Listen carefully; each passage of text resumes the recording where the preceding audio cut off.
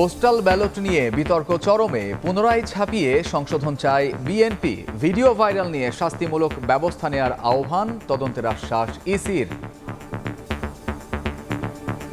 এমনভাবে এই ব্যালট পেপারটা ছাপিয়েছেন যে তার প্রথম লাইনে দাড়িপাল্লা আছে, শাপলা কলি আছে। বাহরাইনে একজন জামায়াত নেতার বাসায় ব্যালট পেপার নিয়ে কাজ করার ভিডিও, প্রায় 7 মিনিটের ভিডিও ভাইরাল হয়েছে। বাহরাইন পোস্ট বলেছে তারা এটা সরজমিনে তদন্ত করে জানাবে যে এইটা কেন ঘটলো। তাদের সাথে যেভাবে যে পদ্ধতিটা অনুসরণীয় ছিল সেটা করা হয়েছে কিনা, কোনো ব্যতিক্রম হয়েছে কিনা, এই জিনিসগুলো তারা আমাদের প্রকারান্তরে জানাবে। পোস্টাল ব্যালট অপব্যবহারের আশঙ্কার কথা স্বীকার করলেন খোদ পররাষ্ট্র উপদেষ্টা।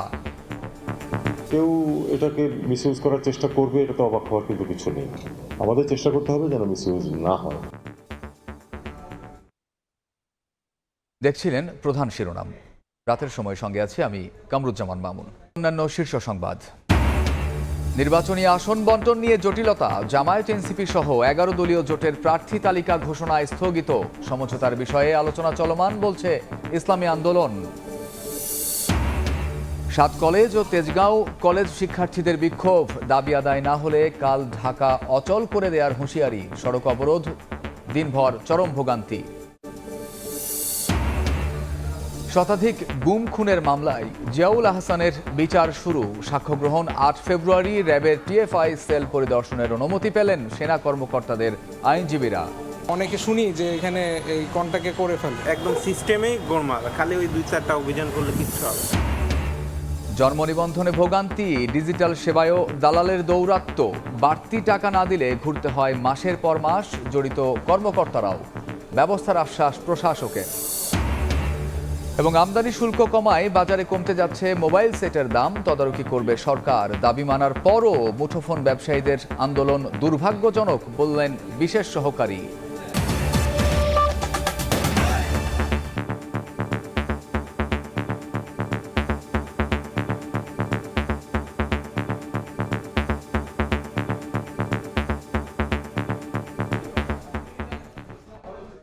পোস্টাল ব্যালট নিয়ে শুরু হয়েছে চরম বিতর্ক।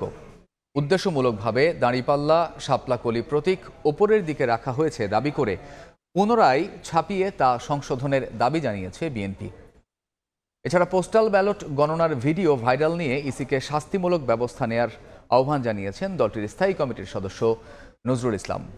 একটি দল ভোট জালিয়াতির চেষ্টা করছে বলেও অভিযোগ বিএনপি নেতাদের। পোস্টাল ব্যালটের প্রতীকের অবস্থান ও বাহরাইনে পোস্টাল ব্যালটের গণনার একটি ভিডিও ভাইরাল নিয়ে শুরু হয়েছে তুমুল বিতর্ক। বুধবার সন্ধ্যায় গুলশানে 12 দলীয় সমমনা জোটের সঙ্গে বিএনপির মতবিনিময় সভায়ও গুরুত্ব পায় বিষয়টি। জোটের সদস্যরা বিএনপি চেয়ারম্যান তারেক রহমানের সঙ্গে নির্বাচন সহ বিভিন্ন বিষয়ে আলাপ করেন। বৈঠক শেষে ব্রিফিং করেন স্থায়ী কমিটির সদস্য নজরুল ইসলাম খান। বলেন, উদ্দেশ্যমূলকভাবে পোস্টাল ব্যালটে ধানের শীষ মাঝ বরাবর রাখা হয়েছে, অন্যদিকে দাড়িপাল্লা, শাপলাকলি উপরে রাখা হয়েছে। পুনরায় ব্যালট ছাপিয়ে প্রতীকের তালিকা সংশোধনের আহ্বান জানান তিনি। এমনভাবে এই ব্যালট পেপারটা ছাপিয়েছেন যে তার প্রথম লাইনে দাড়িপাল্লা আছে, শাপলা কলি আছে এবং হাত পাখা আছে। কিন্তু বিএনপির যে প্রতীক সেটা শেষ লাইনে মাঝামাঝি জায়গায়। প্রধান নির্বাচন কমিশনার এবং নির্বাচন কমিশনাররা এ ব্যাপারে তাদের অজ্ঞতা প্রকাশ করেছেন যে তারা ঠিক জানেন না যে এটা কিভাবে হয়েছে। বাহরাইন এবং ওমানে ব্যালট গণনার ভিডিও ভাইরালের বিষয়ে শাস্তিমূলক ব্যবস্থা নিতে ইসির প্রতি আহ্বান জানান নজরুল ইসলাম খান। সুষ্ঠু নির্বাচনের পথে প্রতিবন্ধকতা সৃষ্টিকারী কার্যক্রম সম্পর্কে তারা দ্রুত কার্যকর ব্যবস্থা নেবেন এবং যাতে করে এই ধরনের অপরাধ সংগঠিত হতে না পারে সেটা বাধা সৃষ্টি করবেন এবং তারপরেও কেউ করলে তার বিরুদ্ধে আইনানুগ ব্যবস্থা গ্রহণ করবেন। এদিন দুপুরে নিজ সংসদীয় আসন নয়াপল্টনে নেতাকর্মী ও সাধারণ জনগণের সঙ্গে শুভেচ্ছা বিনিময় করেন বিএনপির স্থায়ী কমিটির সদস্য মির্জা আব্বাস। পোস্টাল ব্যালটে অসঙ্গতি দেখা গেছে বলে অভিযোগ করে তিনি বলেন, যারা উস্কানিমূলক বক্তব্য দিচ্ছেন মবের দায়ভার তাদেরই নিতে হবে। ব্যালট পেপারটাকে আমার মনে হয় এটা একেবারেই উদ্দেশ্যমূলকভাবে করা হচ্ছে, যাতে ব্যালট পেপারটা কনফিউজিং হয়ে যাবে, আইন শৃঙ্খলা পরিস্থিতিটা যাতে আরও খারাপ হয় এই জন্য কিছু কিছু প্রার্থী উস্কানিমূলক কথাবার্তা বলছে। মহব্বতপ্রেসি সব জায়গায় চলে না, চেষ্টা করতে পারে, তো এটা দায় ওদেরকে বহন করতে হবে। এদিকে কক্সবাজারের এক অনুষ্ঠানে যোগ দিয়ে বিএনপির স্থায়ী কমিটির সদস্য সালাউদ্দিন আহমদ বলেন, বিএনপি ক্ষমতায় যেতে পারলে ঐক্যের ভিত্তিতে স্বাক্ষরিত জুলাই জাতীয় সনদ বাস্তবায়ন করবে। জাতীয় সনদ যেটা ঐক্যমতের ভিত্তিতে স্বাক্ষরিত হয়েছে তার প্রত্যেকটি আমরা বাস্তবায়ন করব ইনশাআল্লাহ। অক্ষরে অক্ষরে জুলাই জাতীয় সনদের প্রত্যেকটি প্রস্তাব আমরা যেটা ঐক্যমতের ভিত্তিতে স্বাক্ষরিত হয়েছে সেটা আমরা বাস্তবায়ন করব, কিন্তু জুলাই সনদের বাইরে আমাদের কোনো বক্তব্য নাই। শহীদ রাষ্ট্রপতি জিয়াউর রহমানের সংবিধানের মূলনীতি পুনঃপ্রতিষ্ঠার প্রতিশ্রুতিও দেন বিএনপি নেতারা। হাসান ওয়ালি, সময় সংবাদ, ঢাকা। এদিকে নির্বাচন কমিশন বলছে, গেজেটের ধারাবাহিকতা হিসাব করেই পোস্টাল ব্যালটে প্রতীক ছাপানো হয়েছে। এছাড়া পোস্টাল ব্যালটের ভিডিও ভাইরালের বিষয়ে তদন্ত হচ্ছে বলেও জানান ইসির সিনিয়র সচিব আখতার আহমেদ।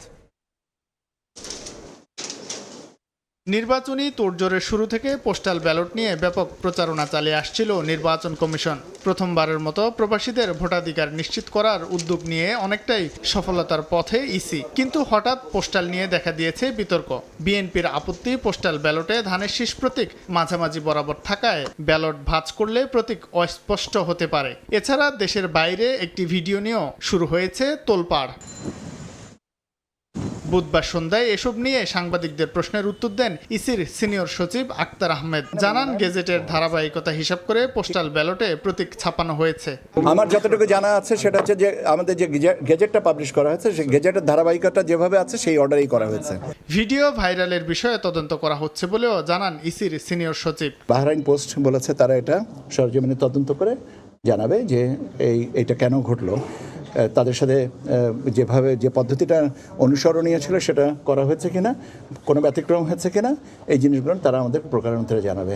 এদিকে মনোনয়নপত্র বাতিলের বিরুদ্ধে আপিল শুনানির পঞ্চম দিনে নিষ্পত্তি করা হয় 100টি আবেদন। এর মধ্যে 73 জনের মনোনয়নপত্র বৈধ, 17 জন বাতিল ও 10টি স্থগিত করে নির্বাচন কমিশন। আমাদের আজকে যে আপিল সেটা মঞ্জুর হয়েছে এবং আগামী দিনগুলোতে আমরা কমিশনের উপর সতর্ক দৃষ্টি রাখবো।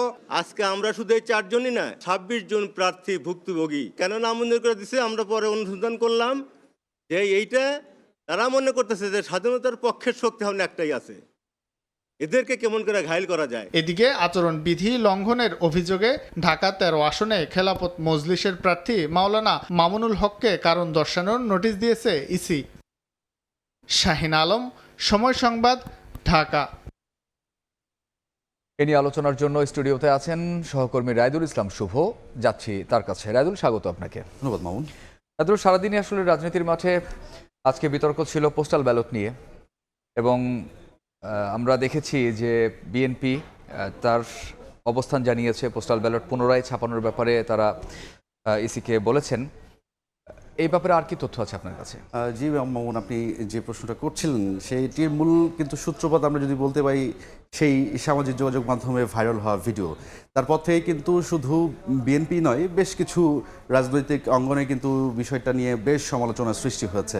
বিশেষ করে আজকে বিএনপির শীর্ষ পর্যায়ে যে সকল নেতারা ছিলেন তারা কিন্তু বেশ কিছু অভিযোগ করেছেন। তার মধ্যে আপনি যেমনটা বলছিলেন যে নজরুল ইসলাম খান, তিনি কিন্তু অভিযোগ করেছেন যে এই ব্যালটের যে বিষয়টি ভাইরাল হয়েছে সেটি নিয়ে কিন্তু নির্বাচনের শঙ্কা প্রকাশ করা হয়েছে যে সুষ্ঠুভাবে কতটুকু হবে। কেননা বাংলাদেশ থেকে বিদেশে যে সকল ভোটাররা আছেন তাদের কাছে ব্যালট পৌঁছে দেওয়ার মাধ্যম যেটি আছে সেটি মূলত বাংলাদেশের ডাক বিভাগের মাধ্যমে। সেখানে যে এই ব্যালটের কারচুপি হওয়ার একটা শঙ্কা, সেই শঙ্কা থেকেই কিন্তু নির্বাচন কমিশনকে বেশ শক্ত অবস্থায় যাওয়ার কিন্তু আহ্বান জানিয়েছেন এবং কিন্তু খুব স্পষ্ট করে বলেছেন যে তারা এর মাধ্যমে ভোট জালিয়াতির চেষ্টা দেখছে। হ্যাঁ, এটি ঠিকই বলেছেন যে ভোট জালিয়াতির যদি বিষয় বলতে যাই, আমাদের কাছে কিন্তু বেশ কিছু গুরুত্বপূর্ণ বিষয়গুলো আমাদের আসছে। তার মধ্যে দেখা যাচ্ছে উদ্দেশ্যমূলকভাবে কিন্তু আসলে বলা যায় যে এই নেতা, শীর্ষ পর্যায়ের নেতা, তিনি কিন্তু বলছেন যে পোস্টাল ব্যালটের মাঝামাঝি ধানের শীষ রাখার যে প্রতীকটি রাখা হয়েছে এই বিষয়টি প্রথমে কিন্তু দাঁড়িপাল্লা, তারপরে ধানের শীষ, তারপরে হচ্ছে শাপলাকলি, এই যে ধারাবাহিকতা, সেই ধারাবাহিকতার বিষয়ে কিন্তু আসলে উদ্দেশ্যমূলকভাবে কিন্তু বলছেন এই নেতা। এবং তার পাশাপাশি পোস্টাল ব্যালট প্রতীক তালিকার যে সংশোধন চাই যে বিএনপি, সেই বিএনপিটা কিন্তু সংশোধন চাচ্ছে, কেননা এটি মূলত একটি ধারাবাহিকতা রয়েছেন, সেই ধারাবাহিকতা থেকেই কিন্তু আমরা দেখতে পাচ্ছি যে বিএনপি চাচ্ছে যে ব্যালটের সংশোধন এবং তালিকার যে সংশোধনটি রয়েছে সেটি, এবং ভোট জালিয়াতির চেষ্টা দেখছে বিএনপি। যেমনটা বলছিলাম যে আপনি সংখ্যাও দেখছেন নির্বাচনে, ঠিক তেমনি কিন্তু ভোট জালিয়াতির আমরা শঙ্কা প্রকাশ করেছে বিএনপি। সেই জায়গা থেকে শৃঙ্খলা সৃষ্টি করতে উস্কানিমূলক বক্তব্যের কথাও কিন্তু আমরা দুপুরে দেখেছি যে মির্জা আব্বাস তিনি নয়াপল্টনের তার নির্বাচনী এলাকায় প্রচারণা ঠিক বললে ভুল হবে, সেটিতে আসলে গিয়ে সেই এলাকায় গিয়ে কিন্তু এই বক্তব্য দেন। তো এক কথায় যদি বলা যায় যে এই প্রতীক বরাদ্দ এবং এই যে ব্যালট পেপারের যে হচ্ছে ভিডিও ভাইরাল, সেটি নিয়ে কিন্তু বেশ কিছু অভিযোগ করেছে বিএনপি। গেজেটের ধারাবাহিকতা অনুযায়ী আসলে ব্যালটের প্রতীক রয়েছে, এটি কিন্তু ইসির বক্তব্য আমরা জানছি। আর উদ্দেশ্যমূলকভাবে পোস্টাল ব্যালটের মাঝামাঝি ধানের শীষ প্রতীক রাখা হয়েছে, এটি বিএনপি বলছে। ইসির বক্তব্য কি আসলে, ইসি বিস্তারিতভাবে কি বলছে? জি মামুন, আপনি ইসি এখান থেকে কিন্তু বলছে যে ইসি যে সিদ্ধান্ত নিয়েছে সেটি কিন্তু আসলে গ্যাজেটের মাধ্যমে কিন্তু নিয়েছে। তারা গ্যাজেটের যে ধারাবাহিকতা আছে, গ্যাজেটের যেই তালিকা আছে, সেই তালিকা অনুযায়ী কিন্তু এবারের যেই তালিকা প্রকাশ করা হয়েছে সেই অনুযায়ী তারা প্রকাশ করেছে, এবং ইসির সিদ্ধান্তই কিন্তু চূড়ান্ত সিদ্ধান্ত হবে বলে আসলে ইসি সচিব আছেন তিনি যেমনটা বলছেন। এবং যদি আমরা দেখতে চাই সেক্ষেত্রে ইসির যে ধারাবাহিকতার যেমনটা কথা বলা হচ্ছে যে অনুযায়ী পোস্টাল ব্যালট প্রতীক ছাপা এবং পোস্টাল ব্যালট সংশোধনের সুযোগ কিন্তু আর কোনোভাবেই নেই, কারণ আগামী 12 ফেব্রুয়ারি নির্বাচন আমরা জানি, সেই নির্বাচন একেবারেই সময় সন্নিকটে চলে এসেছে। ঠিক তার মধ্যে তাদের যে সিদ্ধান্ত, সেই সিদ্ধান্তই চূড়ান্ত সিদ্ধান্ত হবে। এবং ভিডিও ভাইরালের বিষয় যেটি মানে সামাজিক যোগাযোগ মাধ্যমে ভিডিও ভাইরাল হচ্ছে, সেখান থেকে তাদের যে বক্তব্য যে তদন্ত করে তারা ব্যবস্থা নেবেন, এবং এই ঘটনায় যদি আমরা বলতে চাই যে তদন্ত যতটুকুই করুক না কেন, তারপরেও তা একটা শঙ্কা দেখছে আসলে বিএনপি। তারপরেও তদন্ত করে যদি অপরাধ প্রমাণ হয়, ভিডিওর সত্যতা প্রমাণ হয়, তাহলে কি ধরনের ব্যবস্থা নির্বাচন কমিশনের পক্ষ থেকে নেওয়া হবে সে ব্যাপারে স্পষ্ট করে কিছু বলা হয়েছে? আসলে এই বিষয়টির বিষয়ে তেমন কোনো কথা আসেনি, কারণ প্রথম ধারটাই হচ্ছে কিন্তু হচ্ছে আপনার তদন্তের বিষয়। তদন্ত করে যখন প্রমাণ হবে, তারপরে যে বিধি যা আইন আছে সেই আইন অনুযায়ী কিন্তু তারা ব্যবস্থা নেবে বলে আসলে আমরা। অর্থাৎ বিএনপি বলছে যে সংশোধনের কথা, আর ইসি বলছে যে সংশোধনের সুযোগ নেই, কারণ সময় একেবারে অল্পর যে জায়গাটা আসলে উঠে আসছে। এটি নিয়ে কিন্তু পররাষ্ট্র উপদেষ্টাও কথা বলেছেন ভিডিও ভাইরালটি নিয়ে। আমরা এই পোস্টাল ব্যালটের ঘটনায় আজ বিকেলে পোস্টাল ব্যালটের অপব্যবহারের শঙ্কা থাকলেও এক্ষেত্রে পররাষ্ট্র মন্ত্রণালয়ের বেশ কিছু করার নেই বলে মন্তব্য করেছেন পররাষ্ট্র উপদেষ্টা তৌহিদ হোসেন। যারা নির্বাচনের সময় অনাকাঙ্ক্ষিত পরিস্থিতি এড়াতেই 15 জানুয়ারি থেকে 1 মাস অর্থাৎ আগামী 15 ফেব্রুয়ারি পর্যন্ত অন অ্যারাইভাল ভিসা বন্ধ রেখেছে ঢাকা। ত্রয়োদশ জাতীয় নির্বাচনকে সামনে রেখে নানা প্রস্তুতি নিচ্ছে অন্তর্বর্তী সরকার। আন্তঃমন্ত্রণালয় বৈঠক সহ সাম্প্রতিক নানা ইস্যুতে বুধবার গণমাধ্যমের মুখোমুখি হন পররাষ্ট্র উপদেষ্টা।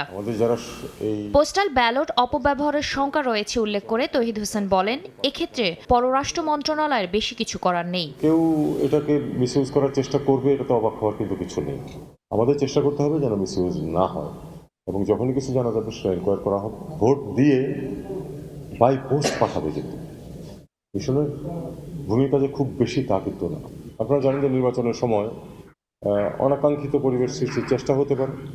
অনেকেই যারা কাম্য না ঠিক তারা এসে হাজির হয়ে যেতে পারে। এই জন্য আমরা তো ভিসা বন্ধ করছি না, ভিসা নিয়ে আসুন, যে কেউ আসতে চান, যাদের পারপাস ঠিক থাকবে তাদেরকে আমরা আসতে দেবো। রোহিঙ্গা সমস্যা সহ দেশটির সঙ্গে সংকট নিরসনে ঢাকাকে দীর্ঘ সময় প্রস্তুতি নিয়ে রাখতে হবে জানিয়ে তিনি বলেন, মিয়ানমার বাংলাদেশ সীমান্তে বাংলাদেশি হতাহতের ঘটনায় কূটনৈতিক চ্যানেলে দেশটিকে অবহিত করা হয়েছে। মাঠ পর্যায়ে কাজ করবে স্বরাষ্ট্র মন্ত্রণালয়। আলটিমেটলি আরো দীর্ঘ সময়ের প্রস্তুতি নিয়েই এগোতে হবে। এখানে পররাষ্ট্র মন্ত্রণালয়ের কাজ হচ্ছে ওদের রাষ্ট্রদূতকে ডেকে এ ব্যাপারে আপত্তি করা। বাকিটা গ্রাউন্ডে যারা আছেন তারা এক্স্যাক্টলি কি করছেন এই ঘন্টা বা একদিনের মধ্যে তথ্য আমার কাছে নেই। দেশে চীনের সামরিক ড্রোন কারখানায় স্থাপনের বিষয়ে তিনি বলেন, ঢাকা এমন কিছু করবে না যাতে কোনো দেশের সঙ্গে সম্পর্ক নষ্ট হয়। মিনিমাম কিছু ক্রয় করতে হবে। এগুলো কোথা থেকে করা হবে, কোন দেশ থেকে কতটা কি আনা হবে, এগুলি নিয়ে আসলে অনেক আলাপ আলোচনা হয়, এবং আমরা অবশ্যই এমন কিছু করব না যাতে করে কোনো একটি পক্ষের সাথে আমাদের সম্পর্কের অবনতি হতে পারে। আমরা একটা ব্যালেন্স বজায় রেখেই করব। গাজায় শান্তি রক্ষায় ঢাকার শর্ত পূরণ হলেই সৈন্য পাঠাবে বাংলাদেশ, তবে এখনও সিদ্ধান্ত নেয়নি সরকার, জানান তৌহিদ হোসেন। আমরা ওখানে লড়াই করতে যাব না। শাতিলা শারমিন, সময় সংবাদ, ঢাকা। আমরা দেখছিলাম প্রতিবেদনটি, আমরা তার পরবর্তী বিষয় নিয়ে আলোচনা করব। রায়দুল, পররাষ্ট্র উপদেষ্টা তৌহিদ হোসেন যেটি বললেন যে পোস্টাল ব্যালটের অপব্যবহারের শঙ্কা তিনি দেখছেন, তো আসলে যদি শঙ্কা থেকে থাকে, এই শঙ্কা থেকে পরিত্রাণের উপায়টা কি?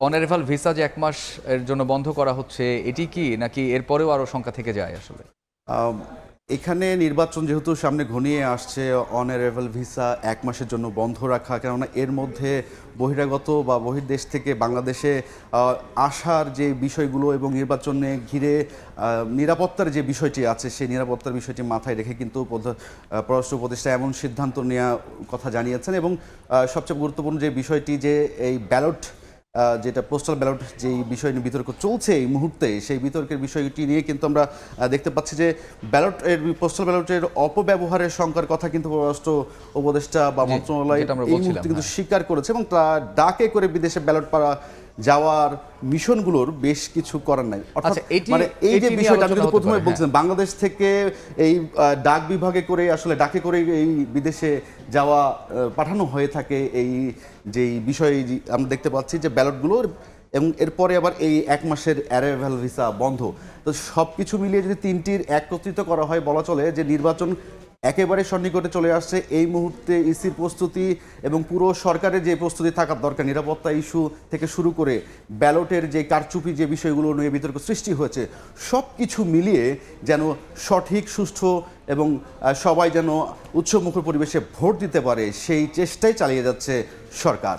আমরা আশা করব পররাষ্ট্র মন্ত্রণালয় এবং নির্বাচন কমিশন উভয় স্থান থেকেই আসলে এই ব্যাপারে পদক্ষেপ নেওয়া হবে এবং সকল শঙ্কা কাটিয়ে উঠে একটা সুষ্ঠু নির্বাচন বাংলাদেশ অনুষ্ঠিত হবে। রায়দুল, আপনাকে ধন্যবাদ আলোচনায় অংশ নেওয়ার জন্য। ধন্যবাদ। নির্বাচনী আসন বন্টন নিয়ে জটিলতায় জামায়াত এনসিপি সহ 11 দলীয় জোটের প্রার্থী তালিকা ঘোষণায় স্থগিত করা হয়েছে। তবে আসন বন্টন নিয়ে দলগুলোর মধ্যে আলোচনা চলছে বলে জানান ইসলামী আন্দোলন বাংলাদেশের মুখপাত্র গাজী আতাউর রহমান। তার অভিযোগ, জোটকে শক্তিশালী করার ব্যাপারে জামায়াত পরিপূর্ণ আন্তরিক নয়। নির্বাচনী আসন সমঝোতা থেকে বেরিয়ে যাচ্ছে ইসলামী আন্দোলন সহ কয়েকটি দল। এমন গুঞ্জনের মাঝেই গত সোমবার সাংবাদিকদের কাছে জামাত আমির ঘোষণা দেন, মঙ্গলবারের মধ্যে দৃশ্যমান হবে 11 দলের নির্বাচনী আসন সমঝোতা। তবে মঙ্গলবার এ সংক্রান্ত কোনো সিদ্ধান্ত আসেনি। পরে বুধবার বিকেলে 11 দলের পক্ষ থেকে ডাকা হয় সংবাদ সম্মেলন, কিন্তু নির্ধারিত সময়ের 2 ঘন্টা আগে স্থগিত করা হয় সেটি। সবকিছু মিলিয়ে জোট শেষ পর্যন্ত থাকবে কিনা তা নিয়ে শুরু হয় নানা জল্পনা কল্পনা। তবে সন্ধ্যায় সাংবাদিকদের মুখোমুখি হন ইসলামী আন্দোলনের নীতি নির্ধারণী ফোরাম। দলটির মুখপাত্র গাজী আতাউর রহমান জোট ভাঙনের গুঞ্জন উড়িয়ে দিয়ে বলেন, প্রতিকূলতা সত্ত্বেও শেষ পর্যন্ত জোট টিকিয়ে রাখতে চেষ্টা করবে তার দল। এটা নিয়ে আমরা এখনো পর্যন্ত আলাপ আলোচনা চালিয়ে যাচ্ছি। তো আমরা আশা করি আপনাদেরকে আনুষ্ঠানিকভাবে 2-1 দিনের মধ্যেই আমরা চূড়ান্ত কিছু ঘোষণা করতে পারবো। কিভাবে করব এবং ওয়ান বক্স পলিসি কিভাবে বাস্তবায়িত হবে, এই বিষয়টা, এটার রূপরেখাটা আমরা আগামী 2-1 দিনের মধ্যে আমরা ইনশাল্লাহ আপনাদেরকে আনুষ্ঠানিকভাবে জানিয়ে দেব ইনশাল্লাহ। আলোচনায় কাঙ্ক্ষিত ফলাফল না পেলে জোট থেকে বেরিয়ে নির্বাচনে অংশ নেবে কিনা সে বিষয়ে 2-1 দিনের মধ্যে আনুষ্ঠানিকভাবে জানানো হবে বলেন গাজী আতাউর। আমাদের ঐক্যের যেই পাঠাতনটা আমরা তৈরি করেছিলাম, সেটা রক্ষার জন্য আমরা চেষ্টা করব। সবার সাথে আলোচনা করেই, সবকিছু বুঝে শুনেই, দেশের সামগ্রিক পরিস্থিতি বিশ্লেষণ করেই আমরা ইনশাল্লাহ একটা পথে অগ্রসর হব। ইসলামী আন্দোলনের নেতাদের অভিযোগ, জোটকে শক্তিশালী করার ব্যাপারে জামাত পরিপূর্ণ আন্তরিক নয়। যাদেরকে নিয়ে আমরা পথ চলা শুরু করেছিলাম। তুষার আহমেদ ইমন, সময় সংবাদ, ঢাকা। নির্বাচনে বিজিবি সহ মাঠে থাকবেন আইন শৃঙ্খলা রক্ষা বাহিনীর প্রায় 9 লাখ সদস্য। দেশের বাইরে থেকে কেউ নির্বাচন বানচালের চেষ্টা করলে ছাড় দেওয়া হবে না বলে জানিয়েছেন স্বরাষ্ট্র উপদেষ্টা। দুপুরে চট্টগ্রামের সাতকানিয়ায় বিজিবির প্যারেড পরিদর্শন ও কুচকাওয়াজে তিনি একথা বলেন।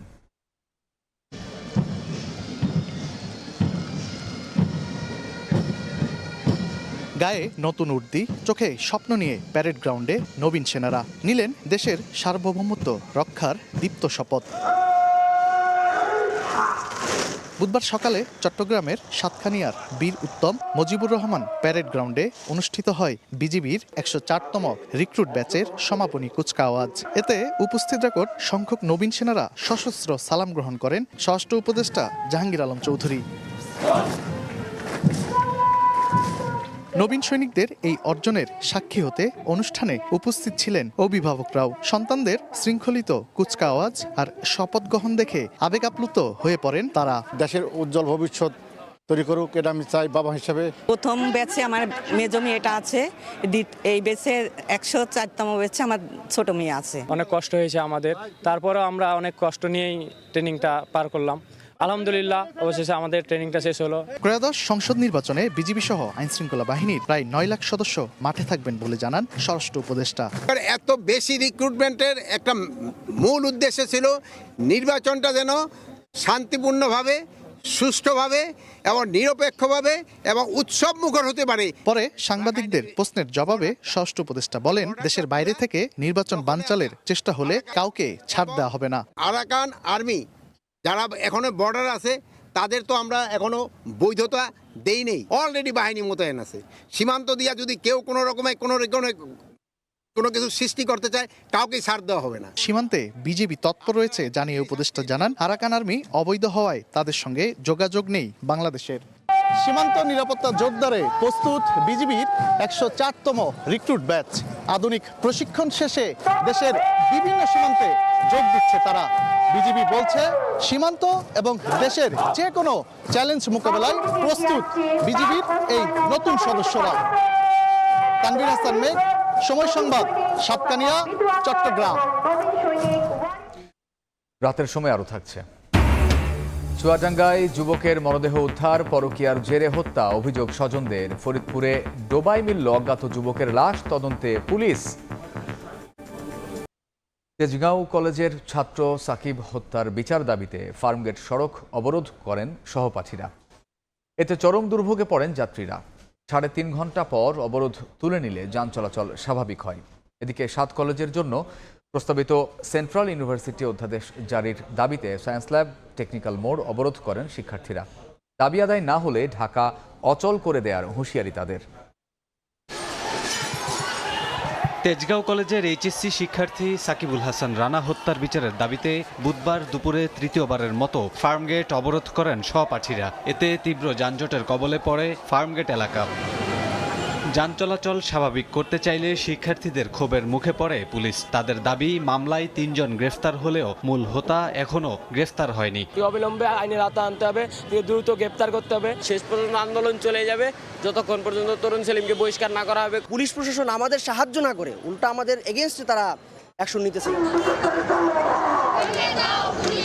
এদিকে ৭ কলেজকে সেন্ট্রাল ইউনিভার্সিটিতে রূপান্তরের অধ্যাদেশ চেয়ে দুপুর ১টা থেকে সায়েন্স ল্যাব, টেকনিক্যাল এলাকা অবরোধ করেন শিক্ষার্থীরা। এতে সড়কে যান চলাচল বন্ধ হয়ে যায়, ভোগান্তিতে পড়েন সাধারণ পথচারী। প্রায় দেড় ঘন্টা 2 ঘন্টা লাগলো এখানে আসা। দুপুরে খাওয়া দাওয়া করবো, এখন খাওয়া দাওয়া করতে পারি না, ঠিক আছে, গাড়িতে বসে আছি। হায়দ্রাবাদ বাস টার্মিনাল উঠছে 11টায়, তখন থেকে জ্যামে আছি। দাবি আদায় না হলে পুরো ঢাকা শহর অচল করে দেওয়ার হুঁশিয়ারি দিয়েছেন শিক্ষার্থীরা। আজকে আমরা অধ্যাদেশ না নিয়ে ঘরে ফিরবো। অধ্যাদেশ আনার জন্য আমরা আজকে রাজপথে অবরোধ করছি। এর আগে গেল বছরের ৭ ও ৮ ডিসেম্বর একই দাবিতে শিক্ষার্থীরা আন্দোলন করেন। সে সময় সরকারের পক্ষ থেকে চলতি বছরের জানুয়ারি মাসের প্রথম সপ্তাহে অধ্যাদেশ জারি করার কথা বলা হলেও দাবি আদায় না হওয়ায় শিক্ষার্থীরা আবারও রাজপথে নেমে আসেন। কামরুল হাসান, সময় সংবাদ, ঢাকা।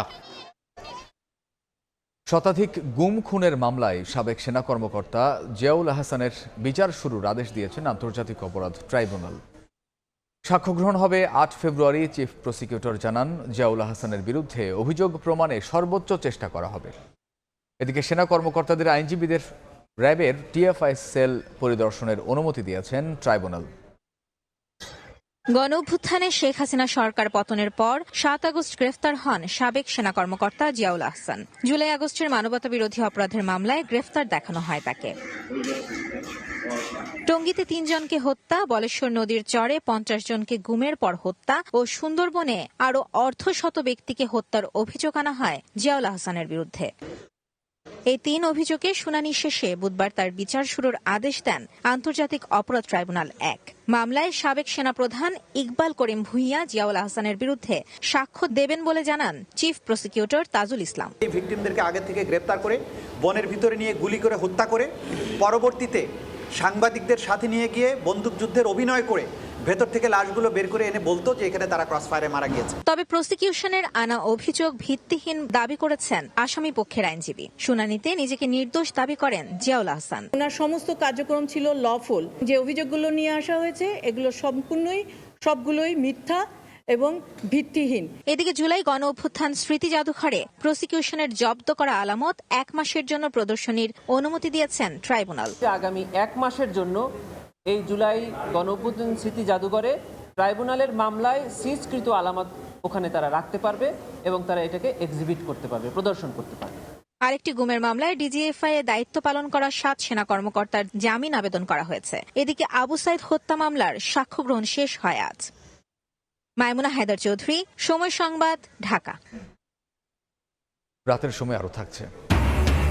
ফিফা বিশ্বকাপ ট্রফি ঢাকায় প্রথমবার দেখে উচ্ছ্বসিত বাংলাদেশ ফুটবল দলের অধিনায়ক জামাল ভূঁইয়া।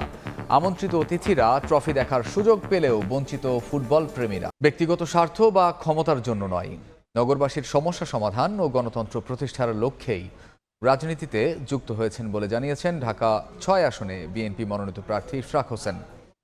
রাজধানীর নবাবপুরে সাবেক প্রধানমন্ত্রী বেগম খালেদা জিয়ার রুহের মাগফেরাত কামনায় দোয়া মাহফিলে কথা বলেন তিনি। যানজট, জলাবদ্ধতা, নাগরিক সংকটের কথা তুলে ধরে ব্যবসা বান্ধব ও নিরাপদ নগর গড়ার আশ্বাস দেন ইশরাক। এ সময় তিনি আরও বলেন, মতপার্থক্য থাকবে, তবে জাতিকে বিভক্ত করা যাবে না। মত পার্থক্য থাকতে পারে, কিন্তু মতবিরোধ এবং মতভেদ এবং জাতি যাতে কোনোভাবে বিভক্ত না হয় সেটার জন্য আমরা আমাদের জায়গা থেকে কাজ করে যাব একজন রাজনীতিবিদ হিসেবে ইনশাআল্লাহ। জনগণের স্বার্থ, জনগণের অধিকার, বাংলাদেশের স্বাধীনতা, সার্বভৌমত্ব এবং একটা মুক্ত বাংলাদেশ গড়ে তোলার জন্য আমার একজন রাজনীতিবিদ হিসেবে আমি আমার কর্মকাণ্ড করে যাব ইনশাআল্লাহ।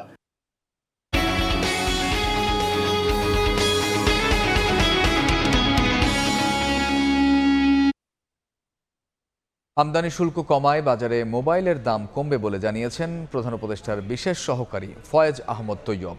বলেন, কম দামে হ্যান্ডসেট কেনার বিষয়টি তদারকি করবে সরকার। দাবি মেনে নেয়ার পরও মোবাইল ব্যবসায়ীদের চলমান আন্দোলনকে দুর্ভাগ্যজনক বলেও মন্তব্য করেন তিনি। মোবাইল ফোনের দাম সাধারণ মানুষের ক্রয় ক্ষমতার মধ্যে রাখতে হ্যান্ডসেট আমদানিতে শুল্ক 25% থেকে কমিয়ে 10% করেছে সরকার। এনবিআরের হিসেবে শুল্ক কমানোর ফলে 30,000 টাকার বেশি দামের আমদানি হওয়া প্রতিটি মোবাইলের দাম 5,500 টাকা কমবে। আর দেশে সংযোজিত 30,000 টাকার কম দামের প্রতিটি হ্যান্ডসেটের মূল্য কমতে পারে 1,500 টাকা। প্রস্তাবনা আমি ওনাদের কাছ থেকে পেয়েছি। বুধবার রাজধানীর কারওয়ান বাজারে এক অনুষ্ঠানে প্রধান উপদেষ্টার বিশেষ সহকারী ফয়েজ আহমদ তৈয়ব দৃঢ়ভাবে বলেন, শুল্ক কমানোর ইতিবাচক প্রভাব মোবাইল ফোনের দামে পড়বে। কম দামে হ্যান্ডসেট বিক্রি মনিটরিং করবে এনবিআর, বাণিজ্য মন্ত্রণালয় ও জাতীয় ভোক্তা অধিকার সংরক্ষণ অধিদপ্তর। ন্যাশনাল বোর্ড অফ রেভিনিউর মনিটরিং মেকানিজম আছে এবং কমার্স মন্ত্রণালয়ের মনিটরিং মেকানিজম আছে, ভোক্তা অধিকার আছে। আমরা সবাইকে যদি অ্যাক্টিভেট করতে পারি, যেহেতু শুল্ক কমেছে, অবশ্যই মোবাইলের দাম কমে আসবে। এ সময় মোবাইল ব্যবসায়ীদের চলমান আন্দোলন প্রসঙ্গে ফয়েজ আহমদ তৈয়ব বলেন, তাদের দাবি মেনে আমদানি শুল্ক 10% নামিয়েছে সরকার। এ অবস্থায় আন্দোলনের যৌক্তিকতা নিয়ে প্রশ্ন তোলেন তিনি। আমি সর্বোচ্চ চেষ্টা করে এটা 10% এনেছি। এটা আমি চ্যালেঞ্জ দিলাম অন্য খাতকে। অন্য খাতে যদি কেউ এটা এতটা কম পর্যায়ে আনতে পারে, আপনারা এনে আমাদেরকে দেখাবেন। দেখালে ওটাকে বেস্ট প্র্যাকটিস রেফারেন্স হিসেবে ব্যবহার করে আমি আবার এনবিআরে যাব। ব্যবসায়ীদের কাছে থাকা মোবাইল ফোনগুলোকে বৈধ করা হয়েছে। আগামী 3 মাস কোনো মোবাইল ফোন ব্লক হবে না বলেও জানান প্রধান উপদেষ্টার বিশেষ সহকারী। আপনাদের সবাইকে ধন্যবাদ। শুভ খান, সময় সংবাদ, ঢাকা। জন্ম নিবন্ধন একটি মৌলিক নাগরিক অধিকার, কিন্তু সেই অধিকার আদায় করতে গিয়ে যেন ভোগান্তির শেষ নেই। ডিজিটাল করা হলেও মাঠ পর্যায়ে জন্ম নিবন্ধন সেবা এখনও এক প্রকার হয়রানির নাম। নুরুল ইসলাম নয়নের ছবিতে আবু সাইদ নিশানের প্রতিবেদন।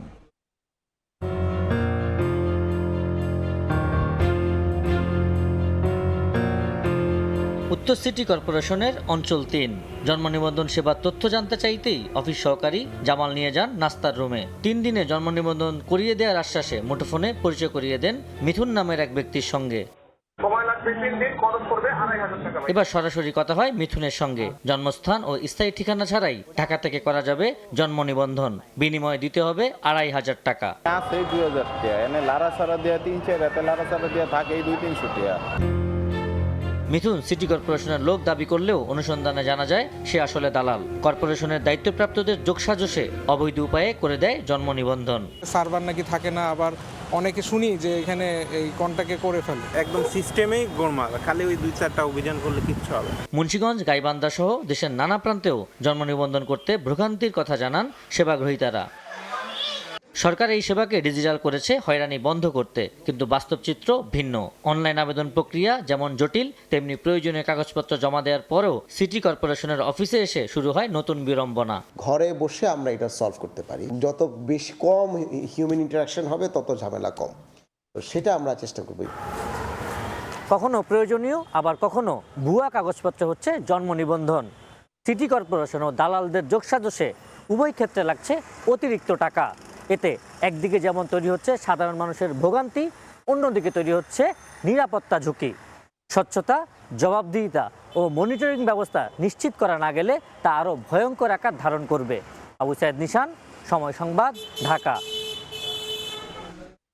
বাংলাদেশ ন্যাশনাল ক্যাডেট কোরের সদস্যদের সশস্ত্র বাহিনীতে যোগ দিয়ে দেশের সেবায় অগ্রণী ভূমিকা পালনের আহ্বান জানিয়েছেন সেনাপ্রধান জেনারেল ওয়াকারুজ্জামান। দুপুরে সাভারের বিএনসিসি ক্যাডেট কোর একাডেমিতে বার্ষিক কেন্দ্রীয় ক্যাম্পিং এর সমাপনী কুচকাওয়াজ পরিদর্শন শেষে প্রধান অতিথির বক্তব্যে তিনি এ আহ্বান জানান। দিক নির্দেশনামূলক বক্তব্যে তিনি সশস্ত্র বাহিনীর পাশাপাশি দেশের নিরাপত্তা, শৃঙ্খলা রক্ষা এবং যে কোনো ক্রান্তিলগ্নে বিএনসিসি ক্যাডেটদের অগ্রণী ভূমিকা পালনের ওপরও গুরুত্বারোপ করেন। তোমাদের কাছে আমার প্রত্যাশা যে নেতৃত্বের গুণাবলী যেমন সততা, সত্যবাদিতা, কর্তব্যনিষ্ঠা ও কঠোর পরিশ্রমের দ্বারা বাংলাদেশ ক্যাডেট কোরের উপর অর্পিত সকল দায়িত্ব তোমরা আন্তরিকতার সাথে পালন করবে। তোমাদের কুচকাওয়াজ আমাকে মুগ্ধ করেছে, এই জন্য তোমাদেরকে আন্তরিক অভিনন্দন জানাচ্ছি। কেন্দ্রীয় ক্যাম্পিং এর সমাপনী কুচকাওয়াজ সফলভাবে সম্পন্ন করার জন্য মহাপরিচালক ও সংশ্লিষ্ট সকলকে জানাচ্ছি আন্তরিক ধন্যবাদ। দেখছেন রাতের সময়। ইরানে হামলা চালালে জয় যুক্তরাষ্ট্রেরই হবে বলে দাবি করেছেন মার্কিন প্রেসিডেন্ট ডোনাল্ড ট্রাম্প। আন্দোলনকারীদের হত্যা করা হলে জড়িতদের কঠোর শাস্তির হুমকিও দিয়েছেন তিনি। তবে ইরানের নাগরিকদের হত্যার পেছনে ট্রাম্পই জড়িত বলে দাবি তেহরানের। জীবনযাত্রা ব্যয় বৃদ্ধি, মূল্যস্ফীতি সহ ইরান সরকারের দমন পীড়নমূলক আচরণের অভিযোগে চলমান বিক্ষোভ দমনের জোর চেষ্টা করছে খামেনি প্রশাসন। মঙ্গলবারও তেহরানের সরকার বিরোধী আন্দোলনকারীদের ছত্রভঙ্গ করে দেয় দেশটির নিরাপত্তা বাহিনীর সদস্যরা। মার্কিন প্রেসিডেন্ট ডোনাল্ড ট্রাম্পের আন্দোলনকারীদের পাশে থাকার অঙ্গীকারের পর নতুন করে অনেকেই রাজপথে নামার চেষ্টা করছেন। হতাহতের সংখ্যা বাড়ায় ইরানের আন্দোলনকারীদের জন্য সামরিক হস্তক্ষেপের ইঙ্গিত দেন ট্রাম্প। ট্রাম্পের এই মন্তব্যের তীব্র প্রতিক্রিয়া জানায় ইরান। দেশটির সর্বোচ্চ জাতীয় নিরাপত্তা পরিষদের প্রধান আলী লারিজানি যুক্তরাষ্ট্রের হুমকি প্রত্যাখ্যান করে সামাজিক যোগাযোগ মাধ্যম এক্সের এক পোস্টে ইরানীয়দের মূল হত্যাকারী হিসেবে ট্রাম্প ও নেতানিয়াহুর নাম উল্লেখ করেন। এছাড়াও জাতিসংঘে ইরানের স্থায়ী দূত আমির সাইদ ইরাভানি ট্রাম্পের বিরুদ্ধে সহিংসতায় উস্কানির অভিযোগ তোলেন। এই অস্থিরতাকে কেন্দ্র করে আবারও ক্ষমতায় ফেরার ইচ্ছা প্রকাশ করেছেন ইরানের ক্ষমতাচ্যুত শাহের ছেলে রেজা পাহলাভি। ফক্স নিউজকে দেয়া এক সাক্ষাৎকারে তিনি বলেন, সরকার পতন হলে বিরোধী দল ক্ষমতা গ্রহণে প্রস্তুত। এ সময় মার্কিন সহায়তার জন্য অনুরোধ করেন তিনি। ক্ষমতা হস্তান্তর বিষয়ে ইরানের অভ্যন্তরীণ কর্মকর্তাদের সঙ্গেও আলোচনা চলছে বলে উল্লেখ করেন পাহলাভি। এদিকে 5 দিনেরও বেশি সময় ধরে ইন্টারনেট সেবা থেকে বঞ্চিত ইরানের সাধারণ মানুষ। এই অবস্থায় দেশটিতে বিনামূল্যে ইন্টারনেট সেবা দেওয়ার প্রস্তাব দিয়েছে মার্কিন ধনকুবের ইলন মাস্কের প্রতিষ্ঠান স্টারলিংক। সাদিয়া তাসনিম, সময় সংবাদ। দেখছেন রাতের সময়। মাত্র 4 বছরের ব্যবধানে আবারও ফিফা বিশ্বকাপ ট্রফি দেখার সুযোগ পেলেন বাংলাদেশের ফুটবল ভক্তরা। তবে দেশের সার্বিক পরিস্থিতি বিবেচনায় এবারের আয়োজন ছিল বেশ সীমিত। আমন্ত্রিত অতিথিরা এই ট্রফি দেখার সুযোগ পেলেও বঞ্চিত হয়েছেন সাধারণ দর্শকরা। এমনকি সম্পৃক্ত করা সম্ভব হয়নি যুব ফুটবলারদেরও। সময় স্বল্পতা আর পৃষ্ঠপোষক প্রতিষ্ঠানের পরিকল্পনায় না থাকার জন্যই এমন হয়েছে বলে জানিয়েছে বাফুফে। এই বিশ্বকাপ ট্রফির জন্যই কদিন বাদে লড়াই নামবেন লিওনেল মেসি, রোনালদো, এমবাপেরা। বিশ্বের কোটি ভক্তরা বুঁদ হয়ে থাকবেন ফুটবল মহারণে। তার আগে নিঃশ্বাস দূরত্ব থেকে স্বপ্নিল এই শিরোপার সৌন্দর্য উপভোগের সুযোগ। সেই দিক থেকে ভাগ্যবানী বলতে হয় লাল সবুজ ফুটবল ভক্তদের। আমারও একটা উইশ ছিল ট্রফির কাছে, যে বললাম যে এটা যদি কখনো যদি আমাদের ঘরে আসে তাহলে ভালো লাগবে। নির্ধারিত ভেন্যুতে ট্রফি ট্যুরের প্রথম সেগমেন্ট ছিল বাফুফের জন্য বরাদ্দ। এরপর সুযোগ আসে সাধারণ দর্শকের। এর মাঝে মিডিয়া সেশন থাকলেও গণমাধ্যম কর্মীদের কেবল সুযোগ দেওয়া হয়েছে ছবি তোলার। প্রত্যেকটা প্লেয়ার যেন এই ট্রফিটার সম্মুখ হয়। এই ট্রফিটা দেখলে আসলে সত্যিই ভিতর থেকে অনুভূতি কাজ করে যে এই ট্রফিটার জন্য আমরা লড়বো। এই বিশ্বকাপ ট্রফি অনুপ্রেরণার, যা দেখার সুযোগ পেলে নিশ্চিতভাবে অনুপ্রাণিত হতেন দেশের ফুটবলের আগামীর প্রজন্ম। অথচ তাদের কোনো এঙ্গেজমেন্টই ছিল না এই ট্রফি ট্যুরে। এই ট্রফি ভিউইং একটা প্রোটোকল আছে, ওই প্রোটোকলের একটা সিস্টেম আছে, কতজন যাবে, কয়টা সিঙ্গেল ছবি উঠবে, কয়টা গ্রুপ ছবি উঠবে, সবগুলো একটা বাধা আছে। তো সব কিছু মিলে this is the best they could do, but definitely আক্ষেপ রয়ে গেছে, কোনো সন্দেহ নাই। যেই ট্রফিটা পেলে লিওনেল মেসি, মারাদোনারা স্পর্শ করেছেন, সেই ট্রফিটাই বাংলাদেশে।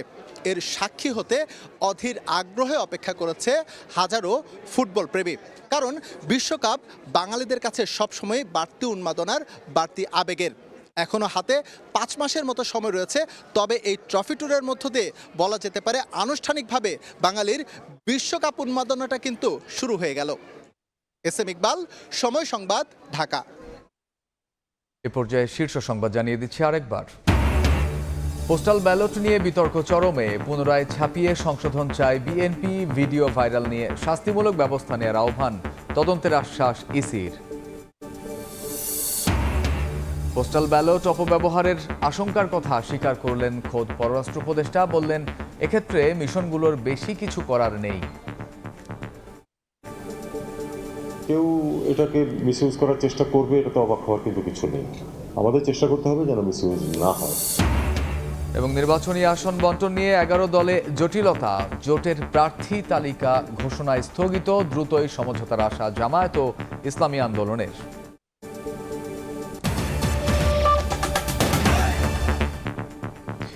এই ছিল রাতের সময়। এরপর দেখবেন সম্পাদকীয়। সঙ্গে থাকুন সময়ের।